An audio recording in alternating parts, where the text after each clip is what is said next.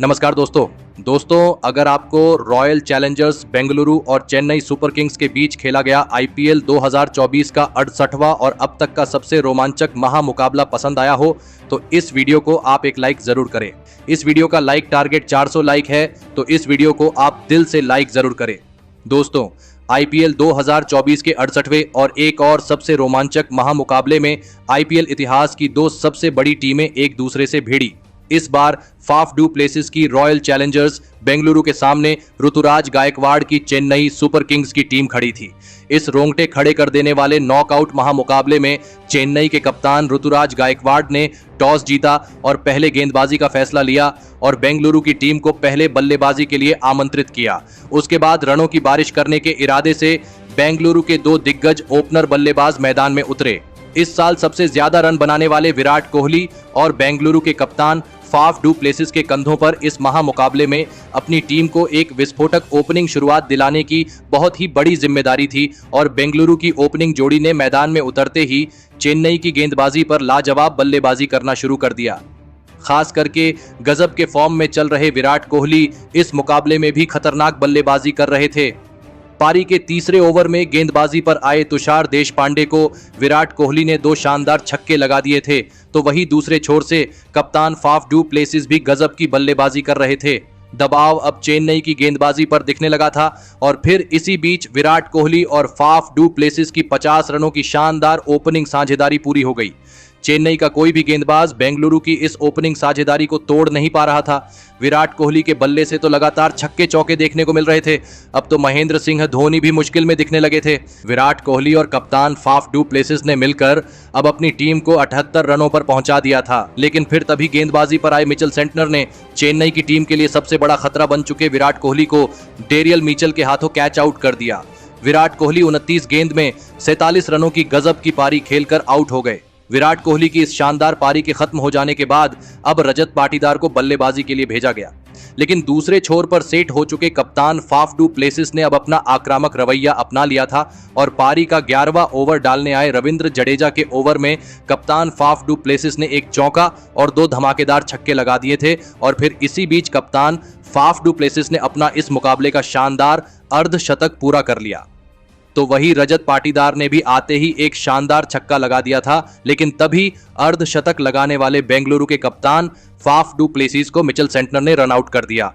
कप्तान Faf du Plessis 39 गेंदों में 54 रन बनाकर आउट हो गए। कप्तान फाफ डू प्लेसिस अपने खराब नसीब के शिकार बने थे। सेट हो चुके कप्तान फाफ डू प्लेसिस का एक सबसे बड़ा विकेट अब चेन्नई को मिल चुका था। अब बल्लेबाजी के लिए कैमरन ग्रीन मैदान में उतरे और फिर यहां से रजत पाटीदार और कैमरन ग्रीन ने चेन्नई की खतरनाक दिख रही गेंदबाजी के सामने एक और महत्वपूर्ण साझेदारी बनाना शुरू कर दिया था।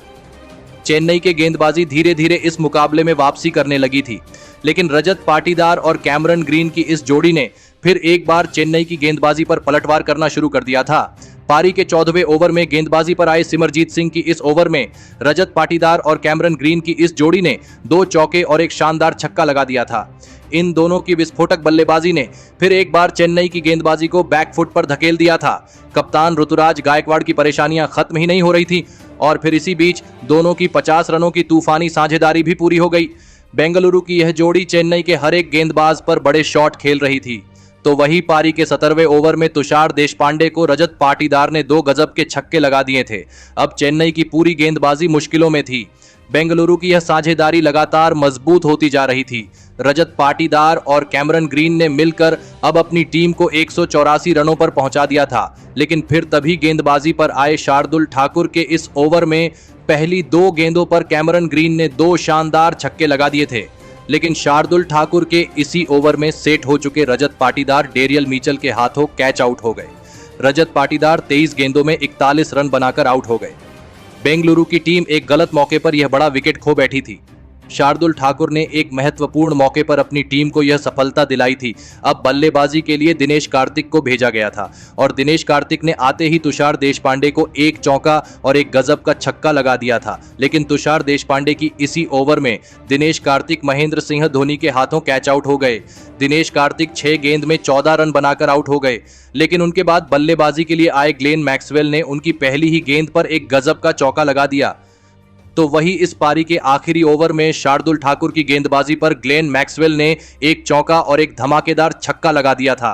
ग्लेन मैक्सवेल ने अंत में आकर 5 गेंद में 16 रनों की अद्भुत पारी खेली और फिर इसी के चलते इस महामुकाबले में बेंगलुरु की टीम ने 218 रनों का एक सबसे बड़ा लक्ष्य चेन्नई की टीम के आगे रखा। उसके बाद बेंगलुरु से मिले 219 रनों के सबसे विशाल लक्ष्य का पीछा करने चेन्नई के 2 दिग्गज ओपनर बल्लेबाज मैदान में उतरे।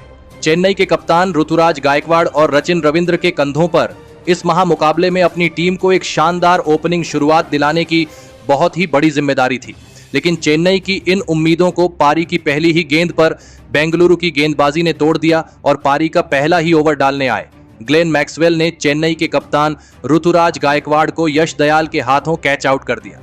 कप्तान ऋतुराज गायकवाड़ बिना खाता खोले ही आउट हो गए। बेहतरीन फॉर्म में चल रहे अपने कप्तान को खोने के बाद अब चेन्नई की टीम की तरफ से डेरियल मिचेल को बल्लेबाजी के लिए भेजा गया और डेरियल मिचेल ने आते ही रचिन रविंद्र के साथ मिलकर चेन्नई की पारी को संभालने की पूरी कोशिश करी, लेकिन फिर तभी गेंदबाजी पर आए यश दयाल ने डेरियल मिचेल को विराट कोहली के हाथों कैच आउट कर दिया।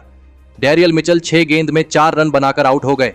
बेंगलुरु की गेंदबाजी ने शुरुआत में ही चेन्नई की टीम को 2 बड़े झटके दे दिए थे। अब चेन्नई की बल्लेबाजी दबाव में थी। अब चेन्नई की टीम की तरफ से अजिंक्य रहाणे को बल्लेबाजी के लिए भेजा गया और अजिंक्य रहाणे ने आते ही एक शानदार छक्का लगाकर अपना खाता खोला था और फिर यहां से रचिन रविंद्र और अजिंक्य रहाणे ने मिलकर चेन्नई की कमजोर दिख रही इस पारी को संभाल लिया और बेंगलुरु की गेंदबाजी पर पलटवार करके दिखाया। खास करके अजिंक्य रहाणे इस मुकाबले में शानदार बल्लेबाजी कर रहे थे। पारी के 6ठे ओवर में गेंदबाजी पर आए यश दयाल को अजिंक्य रहाणे और रचिन रविंद्र ने मिलकर 3 चौके लगा दिए थे। बेंगलुरु की अब टीम दबाव में दिखने लगी थी। कोहली की इस बेंगलुरु की टीम को चेन्नई को 200 रनों के भीतर किसी भी हाल में रोकना था, वरना प्लेऑफ में बेंगलुरु क्वालिफाई नहीं कर सकती थी। लेकिन अजिंक्य रहाणे और रचिन रविंद्र की यह जोड़ी बेंगलुरु की इन सभी उम्मीदों को तोड़ रही थी और फिर इसी बीच इन दोनों की 50 रनों की गजब की साझेदारी पूरी हो गई। अजिंक्य रहाणे और रचिन रविंद्र की इस जोड़ी ने अब चेन्नई की टीम को मुश्किल से बाहर निकाला था, लेकिन फिर तभी गेंदबाजी पर आए लॉकी फर्ग्यूसन ने सेट हो चुके अजिंक्य रहाणे को फाफ डू प्लेसिस के हाथों कैच आउट कर दिया। अजिंक्य रहाणे 22 गेंद में 33 रन बनाकर आउट हो गए। अजिंक्य रहाणे के इस विकेट ने फिर एक बार मुकाबले को बदल दिया था। दबाव चेन्नई की बल्लेबाजी पर अब फिर एक बार बढ़ चुका था। अब बल्लेबाजी के लिए शिवम दुबे मैदान में उतरे थे, लेकिन दूसरे छोर पर सेट हो चुके रचिन रविंद्र ने अब अपने हाथ खोलने शुरू कर दिए थे और पारी के 12वें ओवर में लॉकी फर्ग्यूसन को एक चौका और 2 शानदार छक्के लगाते हुए रचिन रविंद्र ने अपना इस मुकाबले का धमाकेदार अर्धशतक पूरा कर लिया। लेकिन अर्धशतक पूरा करने के तुरंत ही बाद रचिन रविंद्र को महिपाल लोमरोर ने रन आउट कर दिया। रचिन रविंद्र 37 गेंदों में 61 रन बनाकर आउट हो गए। रचिन रविंद्र का यह विकेट बेंगलुरु की टीम के लिए सबसे बड़ी सफलता थी। अब बल्लेबाजी के लिए रविंद्र जडेजा को भेजा गया था, लेकिन तभी दूसरे छोर पर सेट हो चुके शिवम दुबे को इसी बीच कैमरन ग्रीन ने लॉकी फर्ग्यूसन के हाथों कैच आउट कर दिया। शिवम दुबे 15 गेंद में 7 रन बनाकर आउट हो गए। तो वही उनके तुरंत ही बाद बल्लेबाजी के लिए आए मिचेल सेंटनर को मोहम्मद सिराज ने फाफ डू प्लेसिस के हाथों कैच आउट करके पूरा मुकाबला ही बदल दिया। मिचेल सेंटनर 4 गेंद में 3 रन बनाकर आउट हो गए। अब रिक्वायर्ड रन रेट का दबाव लगातार चेन्नई की बल्लेबाजी पर बढ़ रहा था, लेकिन अब मैदान पर महेंद्र सिंह धोनी उतरे थे। अब आखिरी 4 ओवरों में चेन्नई को जीत के लिए 81 रनों की जरूरत थी। अब इस पारी का 17वां ओवर यश दयाल डालने आए और यश दयाल की इस ओवर में रविंद्र जडेजा और महेंद्र सिंह धोनी ने एक चौका और एक छक्का लगाते हुए 13 रन बना लिए। अब आखिरी 3 ओवरों में 68 रनों की जरूरत चेन्नई को इस मुकाबले में जीत के लिए थी। अब इस पारी का 18वां ओवर मोहम्मद सिराज को डालने दिया गया, लेकिन मोहम्मद सिराज की इस ओवर में रविंद्र जडेजा ने फिर अपने बल्ले से कमाल करके दिखाया और एक छक्का और एक चौका लगाते हुए इस ओवर में 15 रन बना लिए। अब मुकाबला आखिरी 2 ओवरों में पहुंच चुका था, जहां पर अब चेन्नई को जीत के लिए 53 रनों की जरूरत थी। रविंद्र जडेजा की खतरनाक बल्लेबाजी की वजह से दबाव बेंगलुरु की गेंदबाजी पर था। अब 19वां ओवर लॉकी फर्ग्यूसन डालने आए, लेकिन इस 19वें ओवर में लॉकी फर्ग्यूसन ने बहुत ही खराब गेंदबाजी करी और इस ओवर में महेंद्र सिंह धोनी और रविंद्र जडेजा ने मिलकर 2 चौके और एक शानदार छक्का लगाते हुए 18 रन बना लिए। अब मुकाबला आखिरी 6 गेंदों पर पहुंच चुका था। जहां पर चेन्नई को जीत के लिए 35 रन चाहिए थे, लेकिन प्लेऑफ में क्वालिफाई होने के लिए चेन्नई को सिर्फ 6 गेंदों में 17 रन चाहिए थे।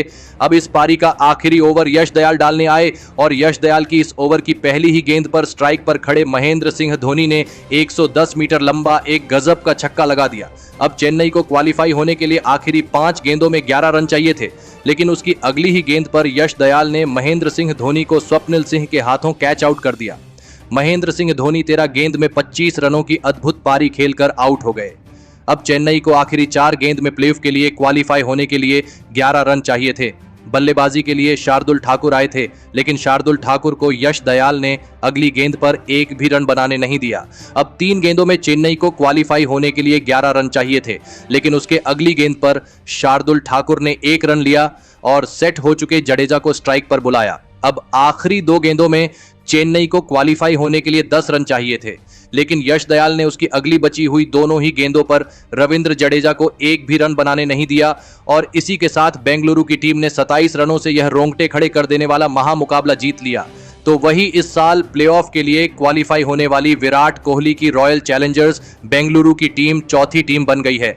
दोस्तों, इस अंत तक चले और दिलों की धड़कन रोक देने वाले महामुकाबले में आखिरी ओवर में बेंगलुरु की टीम ने इस मुकाबले को अपने नाम कर लिया और गजब के अंदाज में प्लेऑफ के लिए क्वालिफाई हो गई। लेकिन बेंगलुरु के क्वालिफाई होने के पीछे और यह मुकाबला जीतने में सबसे बड़ी भूमिका निभाई उनके तेज गेंदबाज यश दयाल ने, जिन्होंने इस मुकाबले के अंतिम ओवर में महेंद्र सिंह धोनी और रविंद्र जडेजा जैसे 2 बड़े खिलाड़ियों को तक कोई भी मौका नहीं दिया। तो वही इस मुकाबले में 2 विकेट भी हासिल किए और अंत में यश दयाल की इसी सटीक गेंदबाजी के चलते बेंगलुरु की टीम यह मुकाबला जीत पाई और प्लेऑफ के लिए क्वालिफाई भी हो गई। तो दोस्तों, आपको यश दयाल की यह गजब की मैच जीताने वाली अंतिम ओवर में गेंदबाजी कैसी लगी और आप उनके इस अद्भुत आखिरी ओवर के लिए उन्हें 10 में से कितने अंक देना चाहेंगे? आप अपनी राय नीचे कमेंट में देना बिल्कुल भी ना भूलें। धन्यवाद।